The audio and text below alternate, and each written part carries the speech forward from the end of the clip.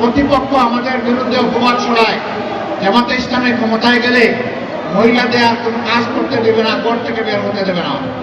আমরা আমাদের এই বোনদেরকে নিশ্চয়তা দিচ্ছি, তারা তাদের যোগ্যতা এবং পছন্দ অনুযায়ী কর্মক্ষেত্রে কাজ করবেন। এখন তাদের কোনো সম্মান নাই, তাদের কোনো মর্যাদা নাই এবং তাদের কোনো নিরাপত্তা নাই। সেই রাষ্ট্রে ইনশাআল্লাহ তাদের মর্যাদা আমরা কায়েম করবো, তাদের নিরাপত্তাও নিশ্চিত করা হবে ইনশাআল্লাহ।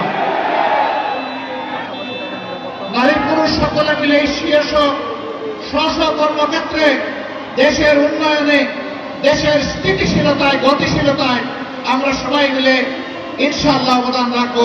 সেই সাম্যের সোনার বাংলাদেশ গড়ার সংগ্রাম সেই দিনই আমাদের থামবে, যেদিন মানুষের ঘরে ঘরে সুখ, শান্তি এবং মর্যাদা পৌঁছে যাবে।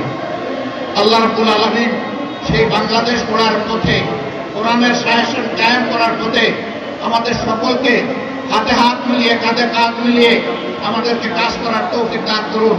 শ্রমিক কল্যাণ ফেডারেশনকে অন্তরের অন্তঃস্থল থেকে আজকের এই বিশাল সমাবেশে দাঁড়িয়ে দুটি কথা বলার সুযোগ করে দেওয়ার জন্য আমি কৃতজ্ঞতা জানিয়ে, আপনাদের সকলকে ধন্যবাদ জানিয়ে আমার বক্তব্য এখানেই শেষ করছি।